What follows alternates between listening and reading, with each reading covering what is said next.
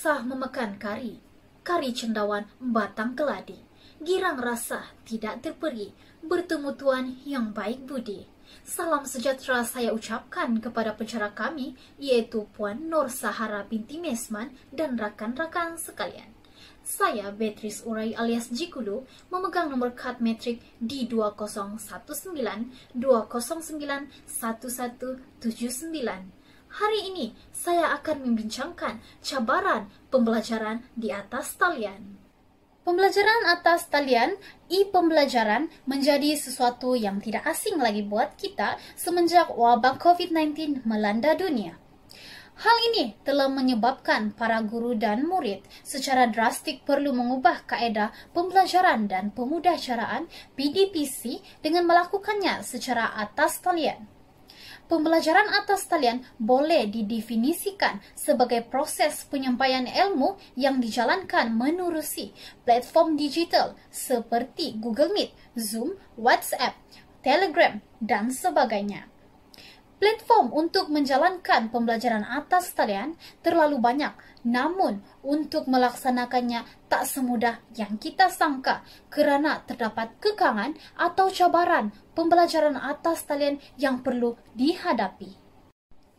Cabaran pembelajaran atas talian yang pertama dapat kita lihat iaitu ketiadaan peranti ketika pembelajaran atas talian. Pandemik COVID-19 telah memberi kesan yang amat dahsyat kepada semua orang, terutama golongan yang kurang berkemampuan. Sejak kerajaan istiharkan penutupan sekolah dan pembelajaran dilakukan menerusi atas talian, ramai ibu bapa mula resah. Tidak semua ibu bapa berkemampuan membeli peranti untuk semua anak yang bersekolah. Oleh itu, anak-anak mereka perlu berkongsi peranti secara bergilir-gilir untuk menyertai kelas atas talian. Ini menjadi antara cabaran pembelajaran atas talian yang terbesar dalam bidang pendidikan sepanjang Perintah Kawalan Pergerakan PKP kerana ia menyebabkan ada pelajar ketinggalan dalam pembelajaran. Cabaran pembelajaran atas talian yang kedua adalah suasana yang kurang kondusif. Keluarga yang memiliki rumah yang selesa pasti tidak akan merasai masalah ini. Lain pula golongan yang tinggal di rumah yang sempit atau perlu berkongsi bilik bersama adik-beradik mereka yang lain. Hal ini pasti menjadi antara cabaran pembelajaran atas talian buat mereka. Tambah-tambah lagi pelajar yang akan menghadapi peperiksaan besar seperti SPM. Suasana riuh di rumah, ruang pembelajaran yang tidak selesa akan menyebabkan mereka sukar untuk memberi tumpuan ketika sesi pembelajaran dijalankan. Selain itu, dikatakan juga ada segelintir ibu bapa seolah-olah tidak memahami dan memberi tugasan rumah ketika anak perlu menyertai kelas atas talian. Jika dibiar berlarutan, anak-anak ini pasti akan berasa tertekan dan tidak lagi berminat untuk belajar. Cabaran yang seterusnya ialah kemahiran guru dalam menggunakan teknologi digital. Seperti yang kita tahu, tidak semua warga pendidik mahir dalam bidang teknologi kerana ada dalam kalangan mereka sudah berusia dan tidak terdedah dengan teknologi digital masa kini. Ini adalah salah satu cabaran pembelajaran atas talian yang perlu dihadapi oleh guru-guru untuk melaksanakannya kerana ia mengambil masa yang agak lama untuk guru yang kurang mahir dengan aplikasi atas talian untuk menyediakan bahan mengajar yang lengkap dan mampu menarik perhatian para pelajar. Namun begitu, kesungguhan dan rasa tanggungjawab para guru ini harus dipuji kerana mereka tetap berusaha untuk belajar cara menggunakan aplikasi digital yang ada semata-mata untuk menyampaikan ilmu kepada pelajar.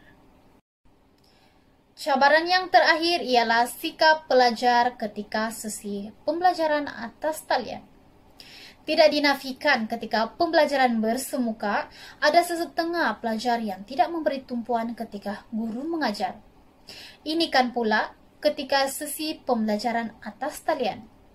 Baru-baru ini, Viral satu kisah di mana seorang guru yang menanti penyertaan pelajar ketika sesi pembelajaran atas talian. Namun, tiada seorang pun yang sertai kelas tersebut. Kecewa melihat sikap pelajar yang tidak berdisiplin dalam menuntut ilmu. Bukan itu sahaja, ada juga dalam kalangan pelajar yang sertai kelas atas talian seperti Google Meet sekadar untuk memenuhi jumlah kehadiran. Hakikatnya, di sebalik kamera tersebut, mereka melakukan kerja-kerja yang tidak berkaitan. Ada juga sesetengah pelajar sengaja buat aksi yang melucukan ketika kelas atas talian untuk menarik perhatian yang lain sehingga rakan sekelas tidak lagi fokus pada guru yang sedang mengajar. Hal ini akan mengganggu proses pembelajaran yang dijalankan dan menyebabkan masa tidak mencukupi. Maka, para pelajar seharusnya memberi kerjasama yang baik sepanjang PDPC dilaksanakan dan guru juga harus bersifat tegas terhadap pelajar. Kesimpulannya, setiap pihak sama ada guru, pelajar, atau ibu bapa mestilah bekerja sama dalam mengatasi setiap masalah yang wujud agar pembelajaran atas talian menjadi satu kaedah yang berkesan dalam menyampaikan ilmu tanpa menyebabkan siapapun ketinggalan dalam pelajaran. Bunga dedap di atas parah, anak dusun pasang pelita. Kalau tersilap tutur bicara, jemari disusun maaf dipinta. Sekian dan terima kasih.